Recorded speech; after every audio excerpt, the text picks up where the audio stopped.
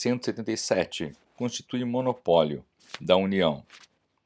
Inciso 1. A pesquisa e a lavra das jazidas de petróleo e gás natural e outros hidrocarbonetos fluidos. Inciso 2. A refinação do petróleo nacional ou estrangeiro. Inciso 3. A importação e exportação dos produtos e derivados básicos resultantes das atividades previstas nos incisos anteriores. Inciso 4. O transporte marítimo do petróleo bruto de origem nacional ou de derivados básicos de petróleo produzidos no país, bem assim o transporte por meio de conduto de petróleo bruto, seus derivados e gás natural de qualquer origem. Inciso 5. A lavra, o enriquecimento, o reprocessamento, a industrialização e o comércio de minérios e minerais nucleares e seus derivados, com exceção dos radioisótopos, cuja produção, comercialização e utilização poderão ser autorizadas sob regime de permissão, conforme as alíneas B e C do inciso 23 do caput do artigo 21 desta Constituição Federal. Parágrafo 1º. A União poderá contratar com empresas estatais ou privadas a realização das atividades previstas nos incisos 1º a 4º deste artigo, observadas as condições estabelecidas em lei. Parágrafo 2º. A lei a que se refere o parágrafo 1º disporá sobre, inciso 1, a garantia do fornecimento dos derivados de petróleo em todo o território nacional. Inciso 2º. As condições de contratação. Inciso 3º. A estrutura e atribuições do órgão regulador do monopólio da União. Parágrafo 3º. A lei disporá sobre transporte e a utilização de materiais radioativos no território nacional. Parágrafo 4º. A lei que instituir a contribuição de intervenção no domínio econômico relativa às atividades de importação ou comercialização de petróleo e seus derivados, gás natural e seus derivados e álcool combustível deverá atender aos seguintes requisitos. Inciso 1. A alíquota da contribuição poderá ser, a linha A, diferenciada por produto ou uso, a linha B, reduzida e restabelecida por ato do Poder Executivo, não se lhe aplicando o disposto no artigo 150, inciso 3, a linha B. Inciso 2º. Os recursos arrecadados serão destinados, a linha A, ao pagamento de subsídios a preços ou transporte de álcool, combustível, gás natural e seus derivados e derivados de petróleo. A linha B, ao financiamento de projetos ambientais relacionados com a indústria do petróleo e do gás. A linha C, ao financiamento de programas de infraestrutura de transportes. Artigo 178. A lei disporá sobre a ordenação dos transportes aéreo, aquático e terrestre, devendo, quanto à ordenação do transporte internacional, observar os acordos firmados pela União, atendido ao princípio da reciprocidade. Parágrafo único. Na ordenação do transporte aquático, a lei estabelecerá as condições em que o transporte de mercadorias na cabotagem e a navegação interior poderão ser feitos por embarcações estrangeiras. Artigo 179.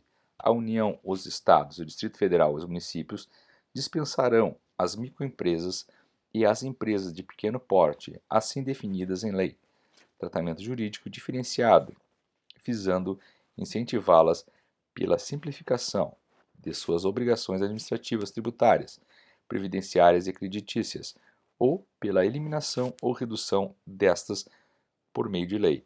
Artigo 180. A União, os Estados, o Distrito Federal e os municípios promoverão e incentivarão o turismo como fator de desenvolvimento social e econômico. Artigo 181. O atendimento de requisição de documento ou informação de natureza comercial feita por autoridade administrativa ou judiciária estrangeira, a pessoa física ou jurídica residente ou domiciliada no país, dependerá de autorização do poder competente. Capítulo 2 da Política Urbana. Artigo 182. A política de desenvolvimento urbano, executada pelo poder público municipal, conforme diretrizes gerais fixadas em lei, tem por objetivo ordenar o pleno desenvolvimento das funções sociais da cidade e garantir o bem-estar de seus habitantes. Parágrafo 1º. O plano diretor aprovado pela Câmara Municipal, obrigatório para cidades com mais de 20.000 habitantes, é o instrumento básico da política de desenvolvimento e de expansão humana. Parágrafo 2º. A propriedade urbana cumpre sua função social quando atende às exigências fundamentais de ordenação da cidade, expressas no plano diretor. Parágrafo 3º. As desapropriações de imóveis urbanos serão feitas com prévia e justa indenização em dinheiro.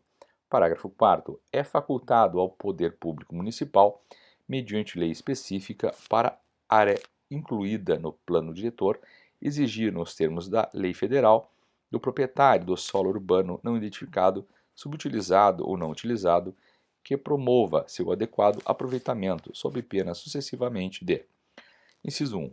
Parcelamento ou edificação compulsórios.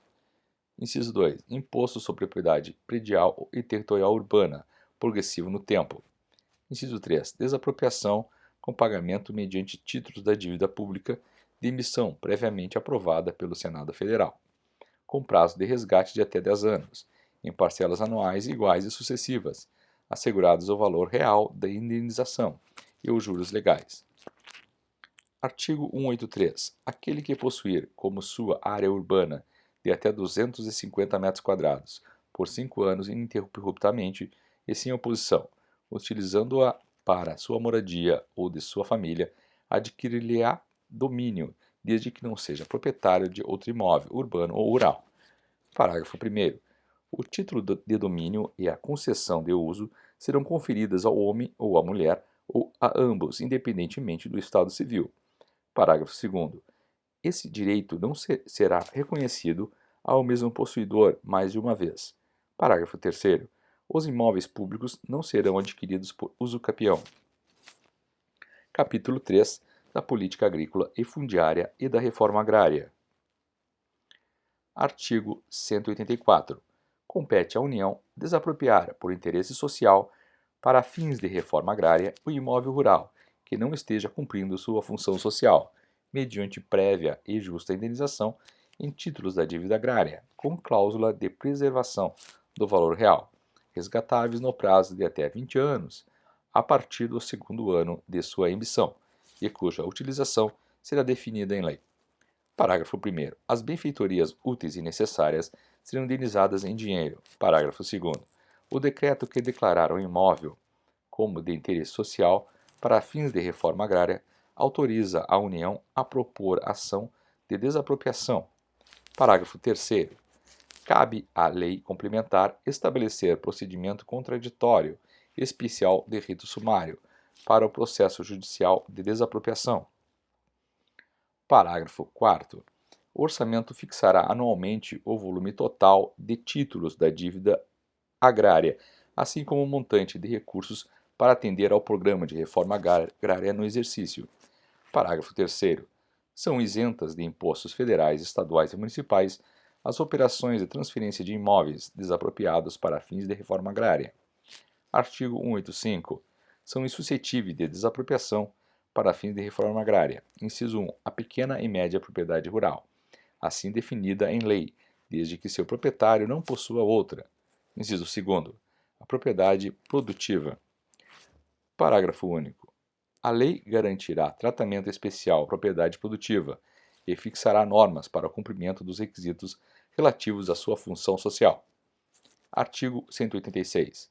A função social é cumprida quando a propriedade rural atende simultaneamente, segundo critérios e graus de exigência estabelecidos em lei, aos seguintes requisitos. Inciso 1. Aproveitamento racional e adequado. Inciso 2. Utilização adequada dos recursos naturais disponíveis e preservação do meio ambiente. Inciso 3. Observância das disposições que regulam as relações de trabalho. Inciso 4. Exploração que favoreça o bem-estar dos proprietários e dos trabalhadores. Artigo 187. A política agrícola será planejada e executada na forma da lei, com a participação efetiva do setor de produção, envolvendo produtores e trabalhadores rurais, bem como dos setores de comercialização, de armazenamento e de transportes, levando em conta especialmente: inciso 1. Os instrumentos creditícios e fiscais. Inciso 2. Os preços compatíveis com os custos de produção e a garantia de comercialização. Inciso 3º. O incentivo à pesquisa e à tecnologia. Inciso 4º. assistência técnica e extensão rural. Inciso 5, o seguro agrícola. Inciso 6, cooperativismo. Inciso 7, a eletrificação rural e irrigação. Inciso 8, a habitação para o trabalhador rural. Parágrafo 1º. Incluem-se no planejamento agrícola as atividades agroindustriais, agropecuárias, pesqueiras e florestais. Parágrafo 2º. Serão compatibilizadas as ações de política agrícola e de reforma agrária. Artigo 188. A destinação de terras públicas e devolutas será compatibilizada com a política agrícola e com o Plano Nacional de Reforma Agrária. Parágrafo 1º. Alienação ou concessão a qualquer título de terras públicas com área superior a 2.500 hectares à pessoa física ou jurídica, ainda que por interposta pessoa, dependerá de prévia autorização do Congresso Nacional. Parágrafo 2º. Excetuam-se do disposto do parágrafo anterior as alienações ou as concessões de terras públicas para fins da reforma agrária. Artigo 189. Os beneficiários da distribuição de imóveis rurais pela reforma agrária receberão títulos de domínio ou de concessão de uso inegociáveis pelo prazo de 10 anos. Parágrafo único. O depósito de domínio ou a concessão de uso serão conferidos ao homem ou mulher, ou a ambos, independentemente do estado civil, nos termos e condições previstos em lei. Artigo 190. A lei regulará e limitará a aquisição ou o arrendamento de propriedade rural, por pessoa física ou jurídica estrangeira, estabelecerá os casos que dependerão de autorização do Congresso Nacional. Artigo 191. Aquele que, não sendo proprietário de imóvel rural ou urbano, possua como seu, por 5 anos ininterruptos, sem oposição, área de terra em zona rural não superior a 50 hectares, tornando-a produtiva por seu trabalho ou de sua família, tendo nela sua moradia, adquirir-lhe-á a propriedade. Parágrafo único. Os imóveis públicos não serão adquiridos por uso capião.